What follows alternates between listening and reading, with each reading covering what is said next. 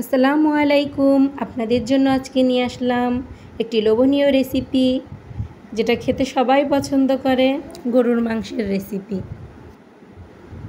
আশা নয় বিশ্বাস থেকে বলছি, এভাবে রান্না করে খেয়ে দেখবেন, অনেক মজা হবে।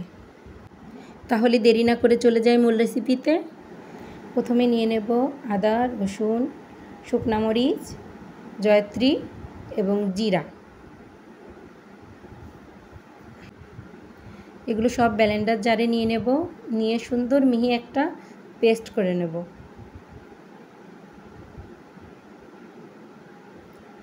আমার মিহি পেস্ট তৈরি করা হয়ে গেছে। নিয়েছি 1 কেজি গরুর মাংস, সয়াবিন তেল পরিমাণ মতো, 1 কাপ পেঁয়াজ কুচি, গরুর মাংসের মশলা 1.5 টেবিল চামচ, হলুদ 1.5 টেবিল চামচ, 3-4 টুকরা দারচিনি, তেজপাতা, লবঙ্গ, এলাচ, আর লাগবে আলু।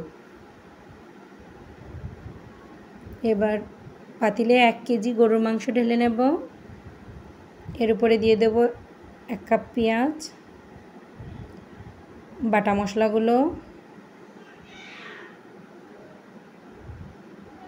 এবার দিয়ে দেব গোটা মশলাগুলো। গুঁড়া মশলাগুলোও দিয়ে দেব।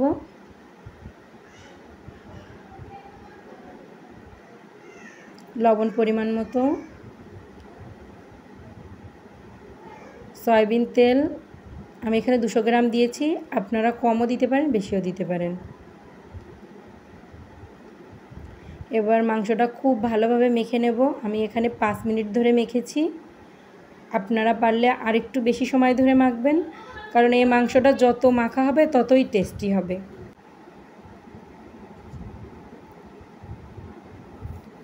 এখানে দিয়ে দেব পানি। আমি এখানে 1 কাপ পানি অ্যাড করেছি। এবার ঢেকে দেব, ঢেকে চুলা অন করে দেব ফুল হিটে।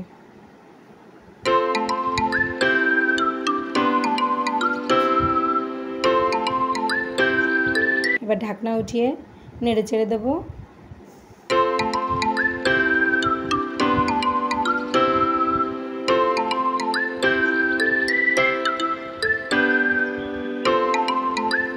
আবার ঢাকনা দিয়ে ঢেকে দেব।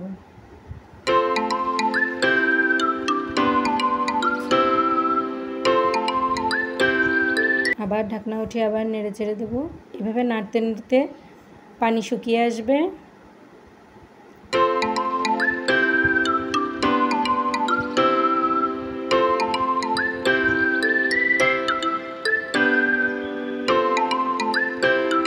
আবার ঢাকনা দিয়ে ঢেকে দেব। জাল এখন মিডিয়ামে আছে।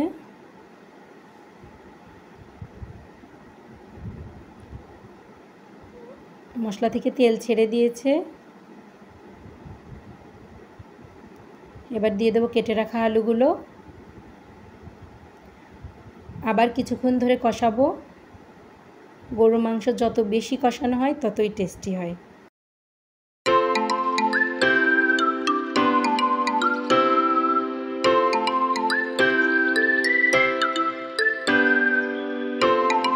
এবার দিয়ে দেব গরম পানি। আমি এখানে পরিমাণ মতো দিয়েছি, মেপে দিইনি, আপনারাও পরিমাণ মতোই দেবেন, যে যেরকম ঝোল খেতে চান।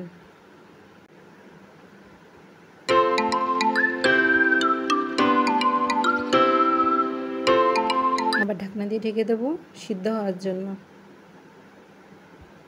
কিছুক্ষণ পর ঢাকনা উঠিয়ে আবার নেড়ে চেড়ে দেব।